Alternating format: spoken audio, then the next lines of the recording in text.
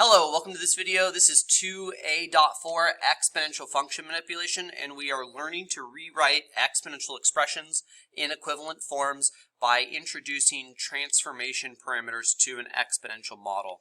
You know you're successful in this lesson if you can use properties of exponents. That's going to be very big prior knowledge, knowing the properties of exponents, and you can compare an exponential function to an equivalent form of the function using transformations. I want to go ahead and just reintroduce you again to the general form of an exponential function. Exponential functions are generally defined as a times b to the power of x, where a is your initial value or starting quantity, and b is your exponential base, where I have a value that I'm going to repeat over and over and over again, how many ever times that exponent tells me. Couple of restrictions: your a can't be 0, otherwise you'd have nothing, and your base has to be positive, can't be negative, otherwise you wouldn't have a function. You have an alternating sequence, and it can't be 1 because that'd be no fun. You'd just be multiplying 1 over and over and over again. So with that being said, let's go into some prior knowledge, properties of exponents, and something that you need to remember is fractional exponents. Remember that if you have a fractional exponent, b to the power of p over n, your denominator is an index. And I guess I could best highlight it like this, is an index of a root, and your numerator is a power. And that power can be inside of the radical symbol with the base, or it can be outside, raised to that power, okay? An example of this would be something like x to the power of 2/5. This is going to be the fifth root of x squared, or the fifth root of x to the power of 2. Don't forget the 0 exponent property. Anything to the power of 0 is equal to 1. That's an important one. And the negative exponent property. Anything to the negative exponent can be rewritten as 1 over that base to a positive power. Okay, and an example of this again would be something like 2 to the negative second. Well, this is 1 over 2 to the second, which is 1/4. And then I also like this one too, 1 over 2x to the negative second. I really like to highlight that that negative exponent only moves the base that it's attached to. So I could rewrite this as x squared over 2. That negative 2 doesn't move the base 2 as well. Okay, so there's a negative exponent property. And then now we're going to go ahead and get into, I guess, the big four for power properties. We have product of power properties. Remember, if you are multiplying the same base, you add. If you multiply, you add those exponents. And if you are dividing, then you are going, oh, wrong one. I guess, where is it?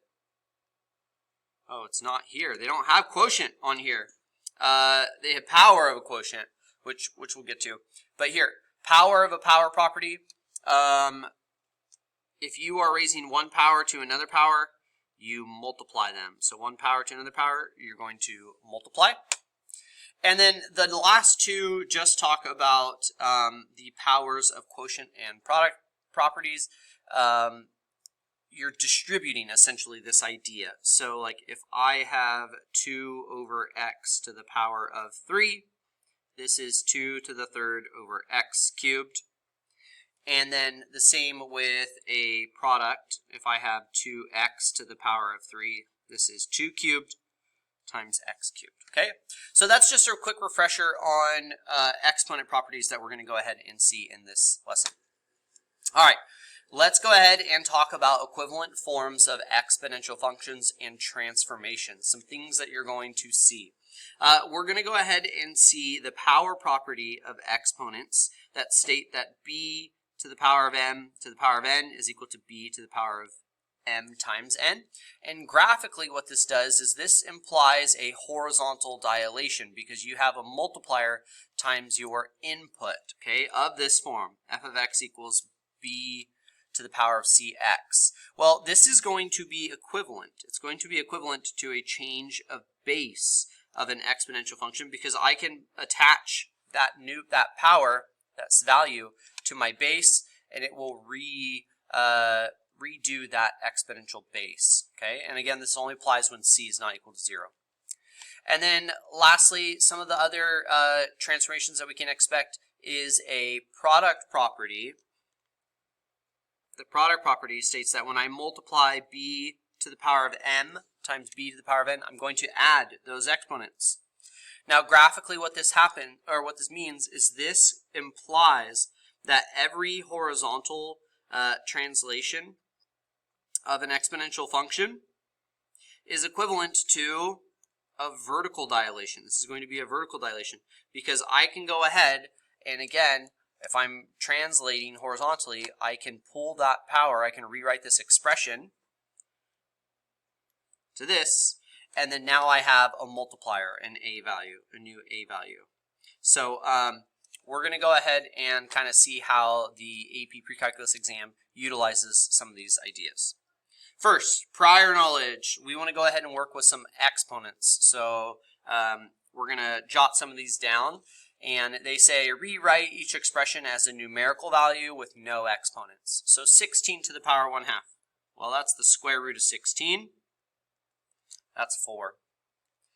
8 to the power of 1/3. Well, this is the cube root of 8, which is equal to 2. 3 to the power of 4. Well, this is going to be 3 times 3 times 3 times 3. And you can break this down as 9 times 9 is how I like to look at it. Or you could, 3 to the 3rd is 27 times another 3. Gives you 81. Okay. And 1/3 to the negative second power. Well, I like to use the distributive property here for exponents. 1 to the negative second over 3 to the negative second. And 1 to the negative second, well, that's just going to be 1. Okay, 1. And I have over 3 to the negative second, which gives us 3 squared, which is 9. I move the 3 squared up, and the power becomes positive. What happened to the 1? Well, you multiply times 1. Just kind of does nothing. Just gets absorbed. 5 to the negative 3rd. Well, using the same idea here, we have 5 to the negative 3rd. I'm going to rewrite this as 1 over 5 to the 3rd, which gives us 1 over 125. Okay, and then the last one here, we have 9 to the negative 1/2 power. I'm going to go ahead and rewrite this as 1 over 9 to the 1/2 power. And remember, the 1/2 power is just a square root. So we have 1 over the square root of 9, which gives us 3. Okay? All right, so hopefully some of that was prior knowledge. If you need to slow me down or pause me, feel free to do that while you go over those. Okay, something that we're going to have to do that AP loves to do for precalculus is they like to ask you to rewrite an expression as either another base or to combine terms. And so we're going to go ahead and do some of that right here. They say rewrite each expression as a single power of 2.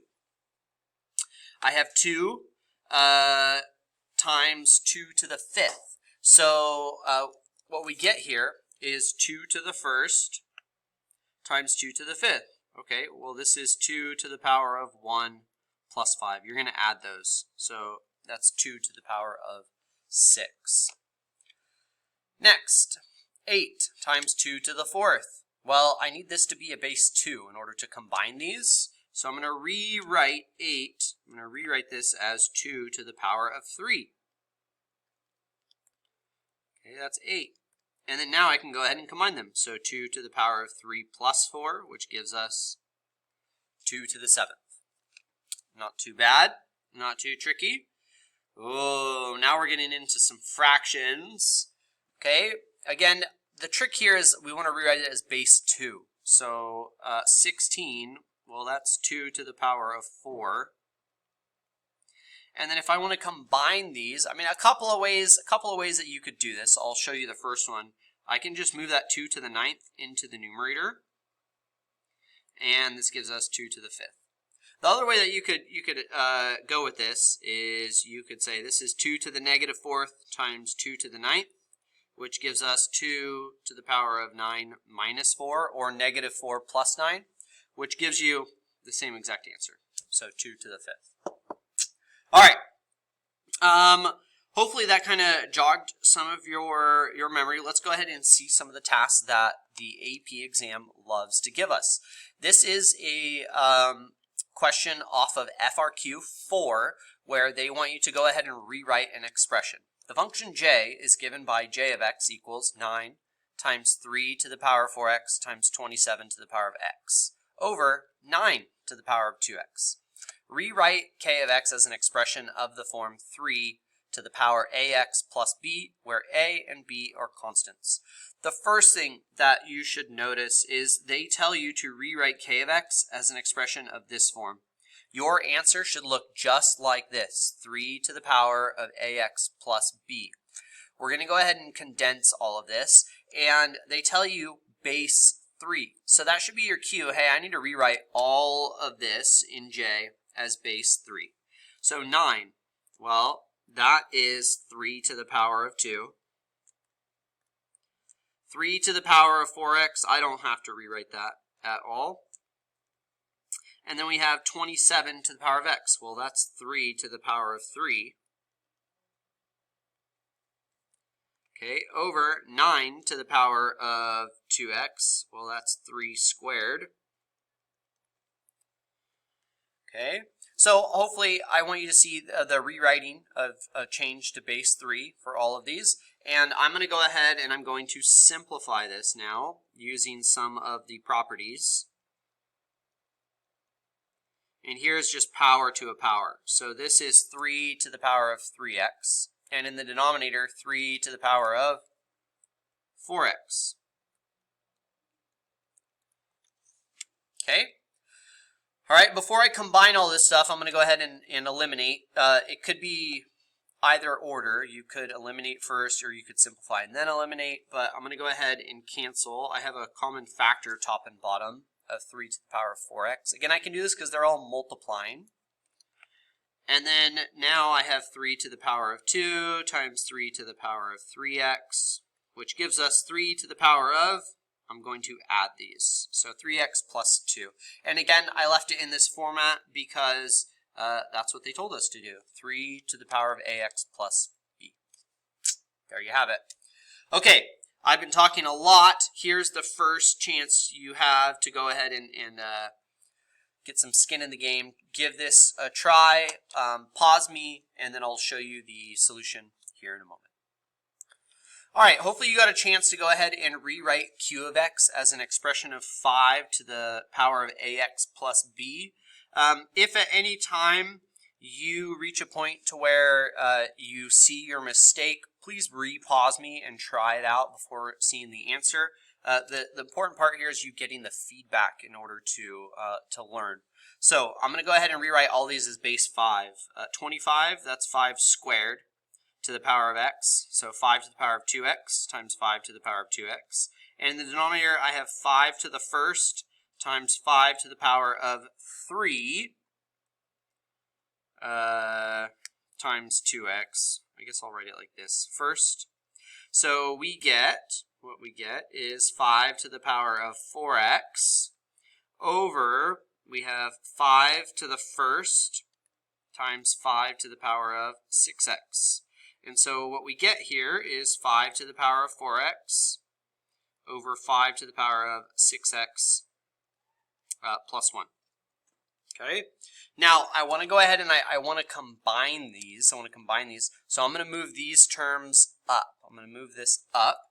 And what we get here is we get 5 to the power of 4x times 5 to the power of negative 6x. I guess I maybe should have done this from this stage here. I'm just moving these up, or thinking about I'm applying a negative to all of these terms, times 5 to the power of negative 1. And here's your answer once we combine these. I'm going to add all of these options. So your answer should have been 5 to the power of negative 2x minus 1. There you go. Did you get it? Hopefully so. All right.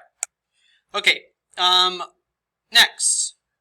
The function p is given by p of x equals 4 to the power of 3x. Which of the following is an equivalent form for p of x? And we have, notice, multiple representations here of our function, okay? And what I want to go ahead and point out is that this is, here we have